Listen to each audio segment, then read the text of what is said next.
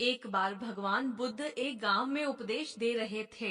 उस गांव का एक धनाढ्य व्यक्ति बुद्ध के उपदेश सुनने आए। आकार उपदेश सुनकर उनके मन में एक प्रश्न की जिज्ञासा हुई, परंतु सबके बीच में प्रश्न में उसे कुछ दिखाई दिया, क्योंकि उस गांव में उसकी बहुत प्रतिष्ठा थी और प्रश्न ऐसा था कि उसकी प्रतिष्ठा पर लग गई, इसलिए वह सबके सामने जाने लगता है।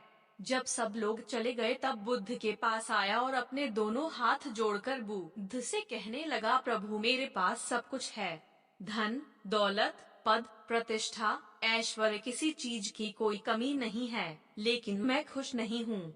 हमेशा खुश रहने का राज क्या है? मैं जानना चाहता हूँ कि हम हमेशा कैसे रहें। बुद्ध कुछ देर तक चुप रहे और फिर बोले, तुम मेरे साथ जंगल में चलो, मैं तुम्हें खुश रहने का राज देता हूँ। ऐसा देश बुद्ध उसे लेकर जंगल की तरफ बढ़ा। रास्ते में बुद्ध ने एक बड़ा सा पत्थर उठाया और उस व्यक्ति को देते हुए कहा, देना और देना।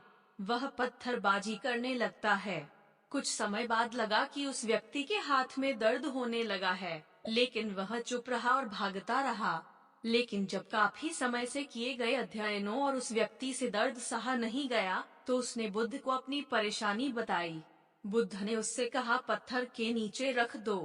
पत्थर के नीचे ही उस व्यक्ति को बड़ी राहत महसूस हुई। एक बार भगवान बुद्ध एक गांव में उपदेश दे रहे थे। उस गांव का एक धनाढ्य व्यक्ति बुद्ध के उपदेश सुनने आए। आकार उपदेश सुनकर उनके मन में एक प्रश्न की जिज्ञासा हुई, परंतु सबके बीच में प्रश्न में यही खुश रहने का राज है। उस व्यक्ति ने कहा, भगवान मैं कुछ नहीं समझा। बुद्ध बोले, जिस तरह इस पत्थर को कुछ पल तक हाथ में रखने पर थोड़ा सा दर्द, 1 घंटे तक रखने पर थोड़ा ज्यादा दर्द और काफी समय तक रुकने पर तेज दर्द होता है, उसी तरह दुखों के बोझ को हम करोड़ों ज्यादा समय तक अपने कंधों पर लगे इल्जाम उतने ही ज्यादा दुख और निराशा झेलेंगे।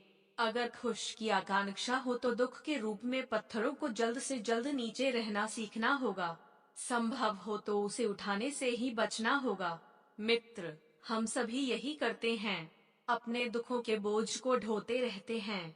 मैंने अपने जीवन में कई लोगों को सुना है, उसने इतना मेरा अपमान किया कि मैं जीवन भर नहीं भूल सकता। वास्तव में यदि आप उसे नहीं भूलते हैं तो आप अपनी परेशानी दे रहे हैं। दुखों से मुक्ति तब संभव है जब हम दुखों के बोझ को अपने मन से जल्द ही निकाल देते हैं और इच्छाओं से अनुपयोगी हो जाते हैं या जो है उसे संतुष्ट कर रहे हैं। यह स्टोरी आपको जरूर अच्छी लगी होगी और आपका कीमती समय देने के लिए दिल से शुक्रिया।